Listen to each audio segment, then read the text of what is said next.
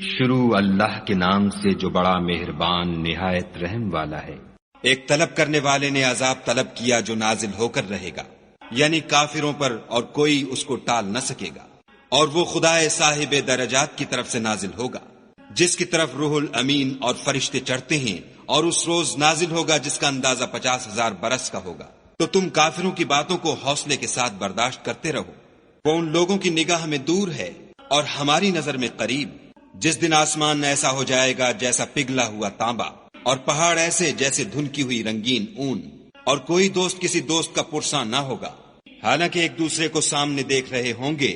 اس روز گناہگار خواہش کرے گا کہ کسی طرح اس دن کے عذاب کے بدلے میں سب کچھ دے دے، یعنی اپنے بیٹے اور اپنی بیوی اور اپنے بھائی اور اپنا خاندان جس میں وہ رہتا تھا، اور جتنے آدمی زمین پر ہیں، غرض سب کچھ دے دے اور اپنے تئیں عذاب سے چھڑا لے۔ لیکن ایسا ہرگز نہیں ہوگا، وہ بھڑکتی ہوئی آگ ہے، حال ادھیڑ ڈالنے والی۔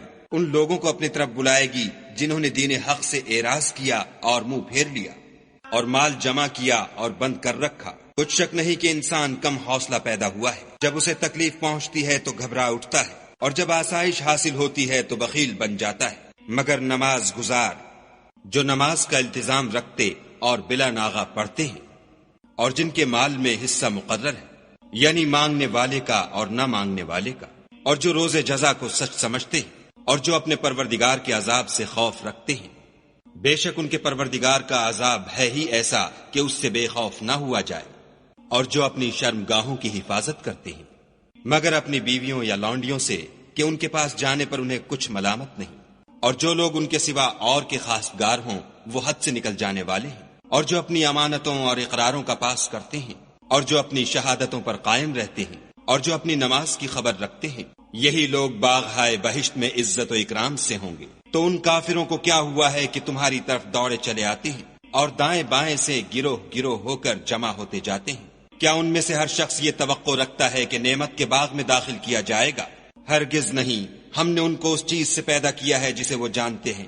ہمیں مشرقوں اور مغربوں کے مالک کی قسم کہ ہم طاقت رکھتے ہیں، یعنی اس بات پر قادر ہیں کہ ان سے بہتر لوگ بدل لائیں، اور ہم عاجز نہیں ہیں۔